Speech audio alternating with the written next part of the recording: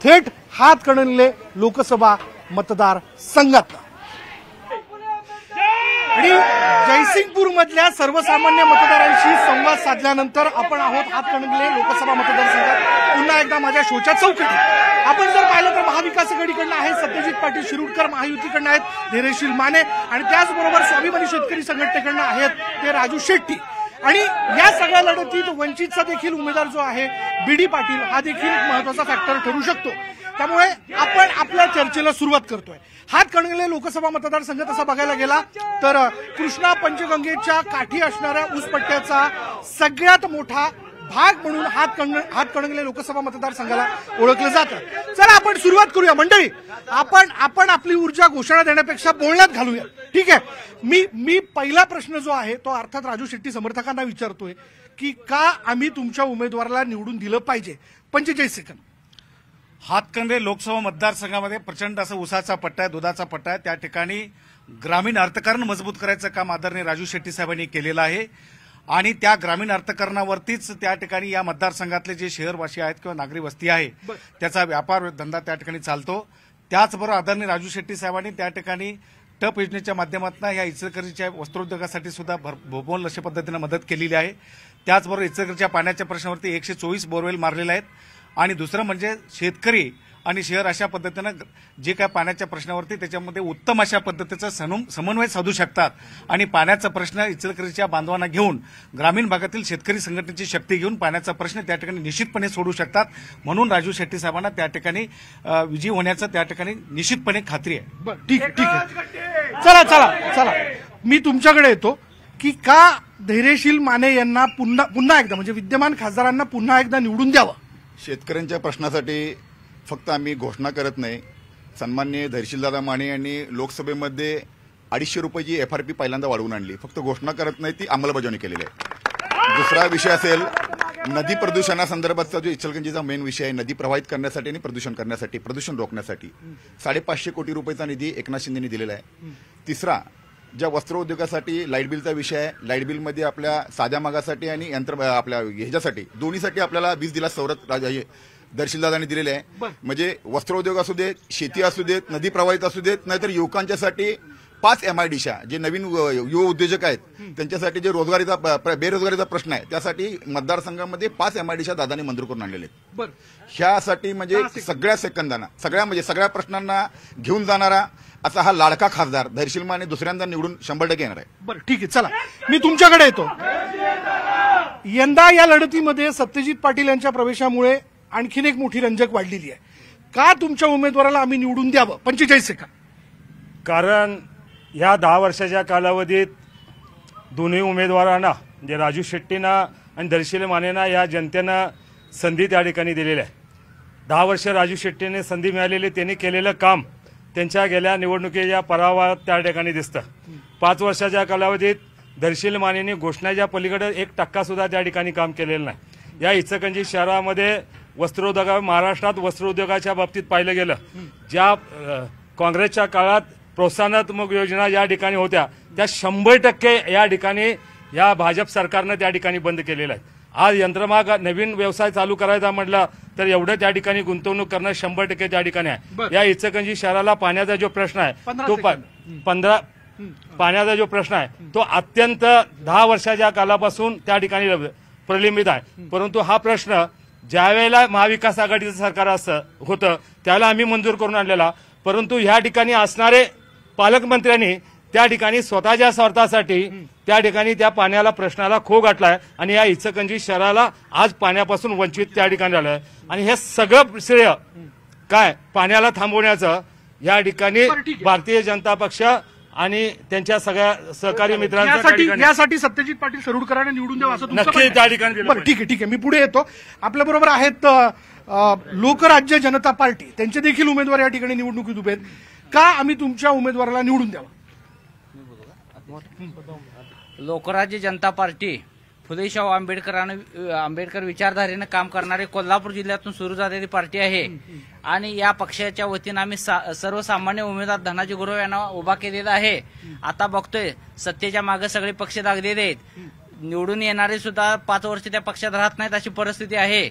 आणि अशा परिस्थितीमध्ये त्या ठिकाणी सामान्य माणसाला कोणी वादी राहिलेला नाही आणि सामान्य माणसाला वादी नसल्यामुळेच आम्ही त्या ठिकाणी जनतेचे प्रश्न घेऊन, आता इचलकरंजी शहर ही वस्त्रनगरी आहे आणि या वस्त्रनगरीमध्ये इतके छोटे छोटे उद्योग असताना सुद्धा या शहराचा पिण्याच्या पाण्याचा मोठा प्रश्न आहे.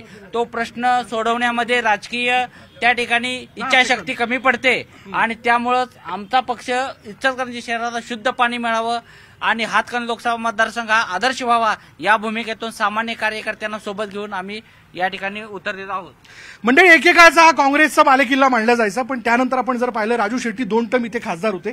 त्याचबरोबर जर आपण पाहिलं तर 1 टर्म गेल्या वेळेपासून खासदार धैर्यशील माने या ठिकाणी काम करतात. चला, मी धैर्यशील माने समर्थकांना थेट प्रश्न घेतोय. बघा, महत्वाचा प्रश्न ज्याच्यावरती तुम्ही उत्तर द्यायचं. आपल्या खासदारांनी केलेली महत्वाची त्यांच्या कारकिर्दीतली 5 कामं सांगा. त्यांनी त्यांची आश्वासनं पूर्ण केली का? त्यांनी पहिल्यांदा इचलकरंजीच्या लाईट बिलचा प्रश्न हा गेल्या ह्या 4 ते 5 महिन्यामध्ये त्यांनी चांगला सोडवलेला आहे धैर्यशील मान्याने. दुसरी ज्या पाण्याची योजना जे होती मान्य इथं अजितदादांनी त्याचं ऑनलाईन उद्घाटन केलेलं आहे. खरं म्हणजे श्रेय हे धैर्यशील दादांनाच जात आहे हे. आणि एमआयडीसी त्यांनी गावाच्या शाहूवाडील सुद्धा एमआयडीसी त्यांनी चांगल्या पद्धतीने त्यांनी सुद्धा मंजूर करून आणलेले आहे, विकसित केलेले आहे, नवीन उद्योग आणलेले आहेत, गावात अनेक रस्ते आणलेले आहेत आणि इचलकरंजी जी महानगरपालिका त्यांनी आणि महानगरपालिकेतून त्यांनी निधी आणण्याचा मोठा त्यांनी प्रयत्न केलेला आहे. अनेक प्रश्न पुराचा जो प्रश्न होता हा नरसोबावाडी कुरुंदवाडी ह्याच्यात जवळजवळ 8,500 कोटी देवेंद्र फडणवीस आणि त्यांनी इथं आणून हा एक दिलासा पूरग्रस्तवाल्यांना दिलेला आहे. आणि त्या पद्धतीनं इचलकरंजी जे आमदार प्रकाश आवाडे हे भाजपचे आम्ही त्यांना सुद्धा पाठिंबा का दिलो की आम्ही त्यांना प्रकाश आवाड्याने धैर्यशील मान्यांचं काम बघून आम्ही त्यांना सुद्धा पाठिंबा दिलेला, बिनशर्त पाठिंबा दिलेला आहे धैर्यशील मान्यांना सुद्धा. ठीक आहे. यातले 2 महत्वाचे मुद्दे मला सांगा. ऐका ना, ऐका. बघा, हातकणंगले मधले मतदार जे आहेत ते तुम्हाला टीव्हीवर बघतायत की नाही? मग त्यांना तुम्ही घोषणाबाजी दाखवणार आहात की चर्चा, हे तुम्ही ठरवायचं. हा मला तुम्हाला विनंती. ऐका, राजू शेट्टी 2 टर्म इथे खासदार होते, बरोबर? गेल्या निवडणुकीत वारं फिरलं 2च मुद्द्यांवरनं. एक पाणी प्रश्न आणि दुसरा वस्त्र उद्योगाचा विकास. त्या मुद्द्याला घेऊन धैर्यशील माने जोरकसपणे निवडून आले. त्यांच्या कारकिर्दीत हा प्रश्न त्यांनी सोडवला का आणि यांचं म्हणणं तुम्हाला पटतं का? सगळं सांगतो. या ठिकाणी आज घडीला महायुती आणि महाविकास आघाडीचे जे कोण 2 उमेदवार आहेत आणि ज्या 3 पक्षाचं त्या ठिकाणी आघाडी आणि युती म्हणून ते निवडणूक लढवणार आहेत, त्या 3 पक्षामध्ये एका बाजूला महायुतीमध्ये पाण्याला विरोध केलेले रक्ताचे पाठ वाहतील म्हणून सांगणारे हसन मुश्रीफ एकीकडे आहेत आणि दुसऱ्या बाजूला या ठिकाणी उल्हास पाटील आणि सुजित मिंचेकर ज्यांनी या पाण्याला विरोध केला इचलकरंजीचा, ते 2 जण आहेत. कुठल्या तोंडानं, एक लक्षात घ्या, कुठल्या तोंडानं तुम्ही दोघं पाणी मागताय? एक लक्षात ठेवा, या हातकणंगले लोकसभा मतदारसंघात शेती पट्टा, ऊस पट्टा, दूध पट्टा हा प्रामुख्यानं ज्याचं नेतृत्व करणारे राजू शेट्टी होते. त्या राजू शेट्टींची लोकप्रियता या सगळ्या प्रस्थापित नेत्यांच्या डोळ्यात कुसळासारखी टोचत राहिली आणि म्हणून शहरी नागरिकांच्या मध्ये बुद्धिभेद करून, शहरी नागरिकांच्या मध्ये खोटं विष पेरून त्या ठिकाणी राजू शेट्टींना आरोपीच्या पिंजऱ्यात उभा केलं. जर तुम्हाला या ठिकाणी नैतिकतेच्या दृष्टिकोनानं राजू शेट्टींवर आरोप करायचा असेल तर सरसकट सगळे नेते गेल्या 5 वर्षामध्ये एकीकडे होते, त्यांना पाण्याचा प्रश्न का सोडवला गेला नाही याचं उत्तर मला दिला पाहिजे. नंबर 2 आणि मी तुम्हाला खात्री देऊन सांगतो, राजू शेट्टींची भूमिका तुम्हाला सांगतो. या नदीच्या काठाला तुम्ही जर कोल्हापुरापासून कर्नाटकच्या बाउंड्रीपर्यंत नदीच्या काठाला जर कोण असतील तर या शेतकऱ्यांनी भूमिपुत्र त्या ठिकाणी नदीच्या काठाला आहे आणि त्या शेतकऱ्याला गोंगड्यावर बसून शहरातल्या नागरिकांचा प्रश्न, पाण्याचा प्रश्न राजू शेट्टीच सोडवू शकतात हे ठामपणाने मी तुम्हाला सांगतो. मी तुम्हाला विचारतो, ऐका ना, ऐका. राजू शेट्टींना एक टर्म नाही 2 टर्म संधी मिळाली, बरोबर? आजही इचलकरंजीमध्ये, मी आता एका स्थानिकाशी बोलतो, आजही इचलकरंजीमध्ये आठवड्यातनं 2च वेळेस पाणी येतं. त्यांच्या कारकिर्दीत हा प्रश्न ते का सोडवू शकले नाहीत? बोला बोला. अतिशय मार्मिकपणे जर विचार केला, राजू शेट्टी साहेब ज्या वेळेला खासदार होते त्यावेळेला सर्वसाधारण हा प्रश्न मिटावा म्हणून वारणेचं पाणी जे आणायचं होतं पण त्यांच्यावर हा दोष आरोपपत्र ठेवलाय. त्यांना पिंजऱ्यात उभा करून खऱ्या अर्थानं त्यावेळेला खासदारांची जबाबदारी होती की दोन्हीकडच्या मतदारसंघातील भावना ही समजायला पाहिजे आणि ते मिटवण्यासाठी साहेब तिथे गेले होते आणि तो फोटो यांनी चुकीच्या पद्धतीने व्हायरल केला. हे सत्य आहे. माझा प्रश्न हा होता, राजू शेट्टींनी हातकणंगले मतदारसंघाचा पाणी प्रश्न त्यांच्या कारकिर्दीत का सोडवला नाही? सर्वसाधारण हा प्रश्न ज्यावेळेला उपलब्धच नव्हता, इलेक्शन आल्यानंतर हा प्रश्न निर्माण झालेला आहे. ठीक येतो, तुमच्याकडे येतो. हा, मला सांगा, हे म्हणताय पाणी प्रश्न सोडवण्याच्या बाबतीत राजू शेट्टींना इथली लोक आडवी आली. हा, हे म्हणतात यांनी खोडा घातला. खरं काय? मागच्या निवडणुकीचा पराभव हा फक्त पाण्यावर 75,000 लीड हे धैर्यशील मानेना मिळालं, ते फक्त राजू शेट्टीने विरोध केला म्हणून. आणि या 5 वर्षाच्या कालावधीत या ठिकाणी धैर्यशील मानेनं पाण्याच्या भूमिकेवर कोणतीही त्या ठिकाणी भूमिका घेतलेली नाही.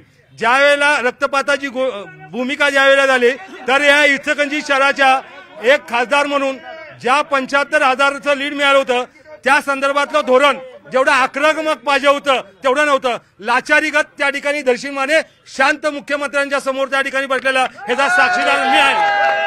हसन मुश्रीफांनी विरोध केला.